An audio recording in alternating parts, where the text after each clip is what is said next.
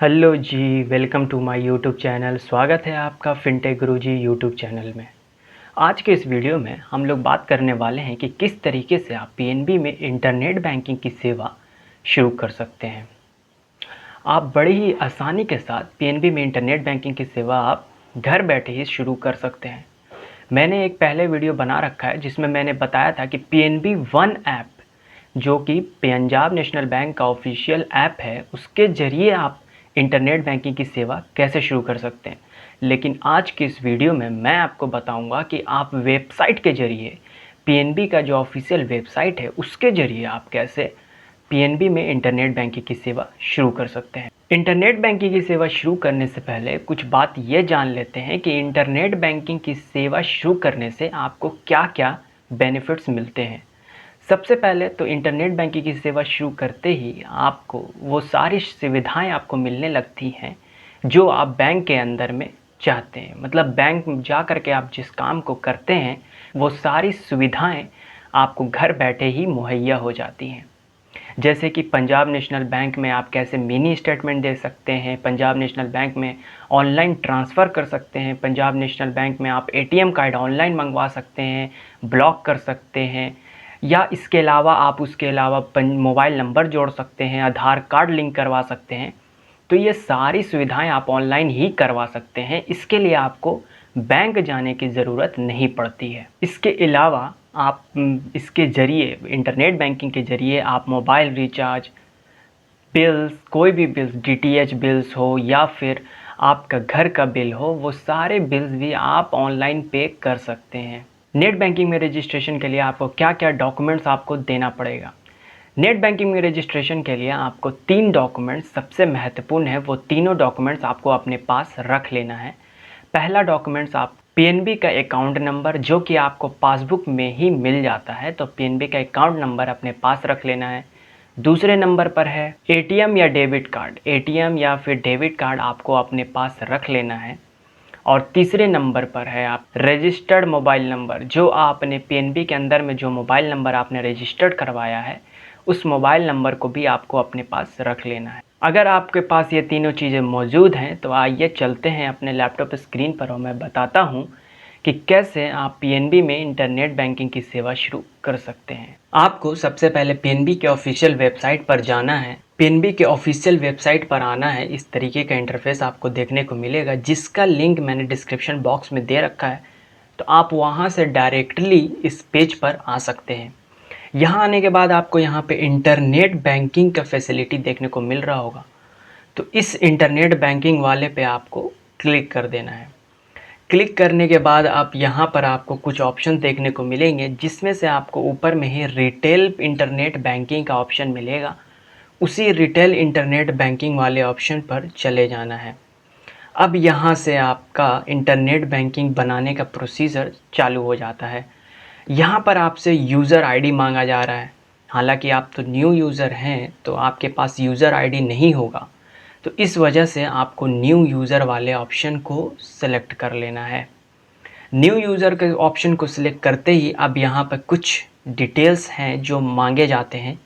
पहला उसमें डिटेल्स है अकाउंट नंबर, क्योंकि मैंने पहले ही कहा था कि अगर आपको इंटरनेट बैंकिंग की सेवा शुरू करनी है तो आपके पास अकाउंट नंबर, पीएनबी का अकाउंट नंबर होना ज़रूरी है। तो पासबुक से देख करके आप अपने अकाउंट नंबर को यहाँ पे डाल दें। उसके बाद यहाँ पे डेट ऑफ बर्थ को डाल देना है, या यहाँ से डायरेक्टली भी आप डाल सकते हैं, नहीं तो यहाँ से आप सेलेक्ट करके आप अपना डेट ऑफ बर्थ सेलेक्ट कर लेना है। उसके बाद नीचे में ही आपको पैन नंबर आपको देखने को मिल रहा होगा। तो अगर आपके पास पैन कार्ड नंबर है तो डालना है, नहीं है तो आप छोड़ भी सकते हैं, क्योंकि आप देख सकते हैं यहाँ पे डेट ऑफ बर्थ और पैन कार्ड नंबर, अगर आपके पास दोनों है तो आप दोनों में फिल कर सकते हैं, नहीं है तो आप इसको ब्लैंक भी छोड़ सकते हैं। नीचे में आकर के आपको समझना है 3 तरह के आपको ऑप्शन दिए जाते हैं रजिस्ट्रेशन के लिए। और पहला है रजिस्ट्रेशन फॉर इंटरनेट बैंकिंग। क्या आप जो रजिस्ट्रेशन करना चाहते हैं वो इंटरनेट बैंकिंग के लिए करना चाहते हैं, या रजिस्ट्रेशन फॉर मोबाइल बैंकिंग, जो आप करना चाहते हैं वो मोबाइल बैंकिंग के लिए करना चाहते हैं। मोबाइल बैंकिंग और इंटरनेट बैंकिंग में क्या फ़र्क है ये मैं किसी और वीडियो में बता दूंगा, हालांकि थोड़ा सा बता देता हूँ। इंटरनेट बैंकिंग और मोबाइल बैंकिंग में ये फ़र्क है कि इंटरनेट बैंकिंग में आपको यूज़र नेम और पासवर्ड मिलता है, जिसमें आपको किसी वेबसाइट पर जा कर के आप जिस बैंक में का भी इंटरनेट बैंकिंग चालू करने वाले हैं, उसके वेबसाइट पर जा कर के आपको वहाँ पे आपका अकाउंट का सारा डिटेल्स मिल जाता है। मोबाइल बैंकिंग में आप मोबाइल के अंदर ही बिना लॉगिन किए हुए ही सारा स्टेटमेंट आपको मिल जाता है, आप उससे डायरेक्टली ही सारा चीज़ कर सकते हैं।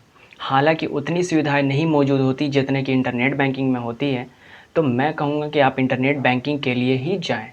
मोबाइल बैंकिंग में आपको छोटे-मोटे चीज़ों की जानकारी मिल जाती है, जैसा कि आपको अगर आप एटीएम कार्ड ऑन ऑफ करवाना चाहते हैं, या फिर आपको मिनी स्टेटमेंट निकलवाना है, या फिर आपको मोबाइल नंबर चेंज करवाना है, तो ये सब चीज़ें आप कर सकते हैं। लेकिन आपको कुछ बड़े काम के लिए इस्तेमाल करना है, तब आपका इंटरनेट बैंकिंग ही काम आता है। तो इंटरनेट बैंकिंग के लिए जाएँ, या फिर आप दोनों करवाना चाहते हैं, इंटरनेट बैंकिंग और मोबाइल बैंकिंग, तो आप उसके लिए भी रजिस्ट्रेशन कर सकते हैं। तो आप ऐसे करके किसी पे भी टिक कर दें। तो मैं यहाँ पे रजिस्टर फॉर इंटरनेट बैंकिंग के लिए बता रहा हूँ। तो रजिस्टर फॉर इंटरनेट बैंकिंग पे आपको टिक कर देना है और यहाँ पे सारी चीज़ों को फिल कर देना है, account number, date of birth. करने के बाद यहाँ पे वेरीफाई का ऑप्शन मिल रहा होगा, उस वेरीफाई वाले ऑप्शन पे क्लिक कर देना है। अब जैसे ही आप यहाँ पर वेरीफाई का ऑप्शन पे बटन पे क्लिक करते हैं, तो अब यहाँ पे कुछ ऐसा इंटरफेस देखने को मिलेगा, जहाँ पर आपको टाइप ऑफ फैसिलिटी में दो तरह के फैसिलिटी मिलते हैं। पहला व्यू ओनली एंड दूसरा है व्यू एंड ट्रांजेक्शन। तो आपको यहाँ पे व्यू एंड ट्रांजेक्शन वाले को ही सिलेक्ट करना है। चूँकि आप पूरा काम करने वाले हैं, तो आपका view and transaction he best option है यहाँ पे। उसके नीचे आपको वन टाइम पासवर्ड डालना है। तो ये वन टाइम पासवर्ड आपके mobile number, registered mobile number पर आएगा। तो उस रजिस्टर्ड मोबाइल नंबर पर ओटीपी को, उस रजिस्टर्ड मोबाइल नंबर पर आए हुए ओटीपी को यहाँ पे डाल दे रहा है और नीचे कंटिन्यू वाले बटन पर क्लिक कर देना है। अब यहाँ पर आपका स्टेप 2 जारी होता है, जिस स्टेप 2 में आपसे डेबिट कार्ड का नंबर मांगा जाता है। एटीएम कार्ड के पीछे 16 अंकों की डिजिट को बोला जाता है। तो उस 16 अंकों के डिजिट को यहाँ पे डाल देना है और उसी के नीचे एटीएम पिन का ऑप्शन मांग रहा है। तो पिन वाले ऑप्शन में वो 4 अंकों की संख्या डालनी है जो आपको एटीएम कार्ड में आपने बनाए रखा है, आपने बनाया है, जिसके इस्तेमाल से आप एटीएम कार्ड से पैसे निकालते हैं। तो उस 4 अंके को पिन को, उस 4 अंकों के पिन को भी यहाँ पे डाल देना है और नीचे कंटिन्यू वाले बटन पर क्लिक कर देना है। इस अगले पेज पर अब आपका अकाउंट से रिलेटेड जितने भी इंफॉर्मेशन है ऊपर के लाइन में देखने को मिल जाएंगे, जिसको मैंने थोड़ा ब्लर कर रखा है क्योंकि वो अकाउंट से रिलेटेड जानकारी है, तो जिसको मैंने ब्लर कर रखा है। उसी के नीचे आपको देख रहा होगा लॉगिन पासवर्ड और ट्रांजैक्शन पासवर्ड। क्योंकि आप जानते होंगे कि इंटरनेट बैंकिंग में आपको दो तरह के पासवर्ड बनाने पड़ते हैं। एक लॉगिन पासवर्ड, जिससे कि आप लॉगिन करते हैं इंटरनेट बैंकिंग में, और एक होता है ट्रांजैक्शन पासवर्ड। उस ट्रांजैक्शन पासवर्ड से आप किसी को, अगर आप फ़ंड ट्रांसफ़र करना चाहते हैं, मनी ट्रांसफ़र करना चाहते हैं, जब तब उस ट्रांजैक्शन पासवर्ड का इस्तेमाल होता है। तो ये फॉर सिक्योरिटी रीज़न ही इस्तेमाल किया जाता है। आप दोनों को इसमें सेम नहीं रख सकते, आपको लॉगिन पासवर्ड अलग और ट्रांजैक्शन पासवर्ड अलग बनाना पड़ता है। तो लॉगिन पासवर्ड और ट्रांजैक्शन पासवर्ड को आपको अपने हिसाब से बना लेना है। बेस्ट तरीका पासवर्ड बनाने का यही होता है कि आप इसमें कुछ अल्फ़ाबेट्स का इस्तेमाल करें, डिजिट का इस्तेमाल करें और एक स्पेशल कैरेक्टर का इस्तेमाल करें। तो जैसा कि आप देख सकते हैं स्क्रीन पे कि मैंने कुछ बता रखा है कि किस तरीके से आप पासवर्ड जनरेट कर सकते हैं। तो मैंने एक वेलकम लिखा, वेलकम का डब्ल्यू मैंने कैपिटल में लिख दिया, बीच में एक स्पेशल कैरेक्टर का इस्तेमाल किया, @ और फिर एक डिजिट का इस्तेमाल किया। तो ये बेस्ट तरीका होता है किसी पासवर्ड को बनाने का। तो आप इसी तरीके से एक पासवर्ड बना लें, बनाने के बाद ट्रांजैक्शन पासवर्ड बनाएं और उसके बाद आपको नीचे टर्म्स एंड कंडीशन वाले को टिक कर देना है और कंप्लीट रजिस्ट्रेशन वाले बटन पर प्रेस कर देना है। इसी के साथ आपको स्क्रीन पर दिखने लगेगा कि you have been successfully registered for PNB internet banking services, your user ID is. अब यहाँ पर एक आपका यूज़र आईडी मिल जाता है। इसी यूज़र आईडी से आपको लॉगिन करना पड़ेगा। जब आपको लॉगिन करने का ऑप्शन मिलता है तो यहाँ पर आपसे यूज़र आईडी मांगा जाता है, तो इसी यूज़र आईडी को वहाँ पे डालना पड़ता है। Please login using www.netpnb.com। अब यहाँ पर आपको गो टू लॉगिन पेज का बटन मिल रहा होगा, तो उसी गो टू लॉगिन पेज वाले बटन को प्रेस कर देना है। क्योंकि अब हम चेक करने वाले हैं कि क्या हमारा इंटरनेट बैंकिंग ओपन हो रहा है या नहीं हो रहा है। तो इसको चेक करने के लिए हम गो टू लॉगिन पेज वाले बटन पे क्लिक कर देंगे। यहाँ पर हम लोग आ जाएंगे। जैसे कि आप गो टू लॉगिन पेज वाले बटन को क्लिक करेंगे तो आपको इस वाले इंटरफेस पर आपको भेज दिया जाएगा। तो यहाँ पर आपको यूज़र आईडी मिलता है, तो चूँकि आपने ओपन किया तो आपको यूज़र आईडी मिल गया। तो उस यूज़र आईडी को यहाँ पे क्या करना है, डाल देना है और नीचे कंटिन्यू वाले बटन पर प्रेस कर दें। जैसे ही आप कंटिन्यू करते हैं तो आपको पासवर्ड यहाँ पे मांगा जाता है। पासवर्ड वही पासवर्ड था जो आपने लॉगिन पासवर्ड बनाया था। लॉगिन पासवर्ड को यहाँ पे आपने को डाल देना है। लैंग्वेज आपको सेलेक्ट कर लेना है और बाकी सारी चीज़ों को वैसे ही रहने देना है और नीचे लॉगिन वाले बटन पर क्लिक कर देना है। जैसे आप लॉगिन वाले बटन पर क्लिक करते हैं तो अब आपके रजिस्टर्ड मोबाइल नंबर पर OTP सेंड किया जाता है। उस OTP को यहाँ पे डालकर कंफर्म कर देना है और नीचे कंटिन्यू वाले बटन पर क्लिक कर देना है। अब यहाँ पर कुछ सिक्योरिटी क्वेश्चंस मांगे जाते हैं आपसे, तो इसको आप फिल कर देना है अपने हिसाब से। What was the last name of your English favourite teacher, what year did you graduate from high school. तो यहाँ पर अपने हिसाब से please answer any 7 out of 50। यहाँ पे 7 क्वेश्चन का 50 क्वेश्चन दिए हुए, इसमें से किसी 7 क्वेश्चन का आपको जवाब दे देना है। क्योंकि ये सिक्योरिटी क्वेश्चन होते हैं कि मान लीजिए आप कभी अपना पासवर्ड फॉरगेट कर जाते हैं या भूल जाते हैं, तब आपको ये सिक्योरिटी क्वेश्चन ही आपको पासवर्ड निकाल कर देता है। तो ये काफ़ी अच्छा होता है, तो आपको नोट डाउन भी कर लेना है, प्लस इसमें अपने हिसाब से भर लेना है जो आपका याद रहे, जो आपको हमेशा याद रहे।